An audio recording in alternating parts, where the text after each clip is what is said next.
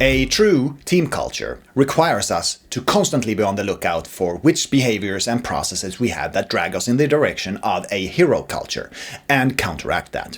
One of the main ingredients for a team culture is natural collaboration and exchange of information, even between teams and organizational departments. So we need to ask ourselves, how easily do we collaborate across organizational boundaries? At the heart of this question lies another question. Are we budget-focused or are we outcome-focused? The reason I say this is because I constantly see a pattern of behavior in organizations that I work with. They seem to take for granted that they have a collaborative culture. But this question is not just about whether our colleagues are helpful, it's more about which processes and structures we have in place to track costs. Let me explain.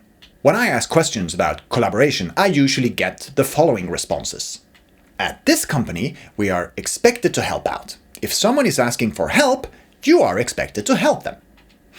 Unless, of course, it's more than a half-hour Teams call, then you need to report the time on the correct project number. Unless, of course, that project belongs to another department, then that department needs to make a formal request for resources. Then that request will be brought up on the quarterly resource allocation round, and then you'll get the help that you need. Unless, of course, there are budgetary constraints to be taken into account, in which case we need to escalate to have the project budget increase, which naturally needs the ratification of the CFO.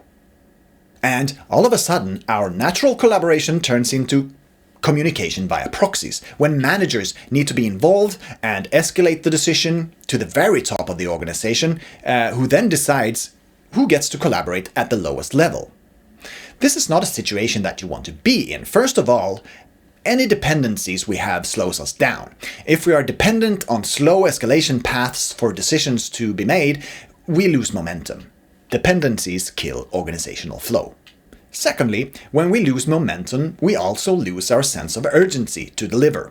We lose focus on what's important. In fact, when there are repeated showstoppers on what we're doing, we might not even be able to understand what actually is important.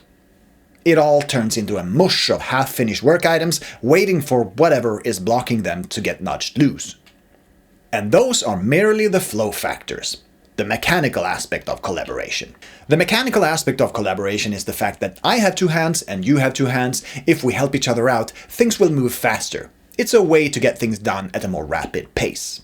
But most organizations that I work with are knowledge-intense companies. They rely on information and competence in order to do their business. So they also need to think about the organic aspect of collaboration, the exchange of information and knowledge, and how we get the synergy effects by removing blockers for information and knowledge to spread throughout the organization. Part of this aspect is solved by our team culture.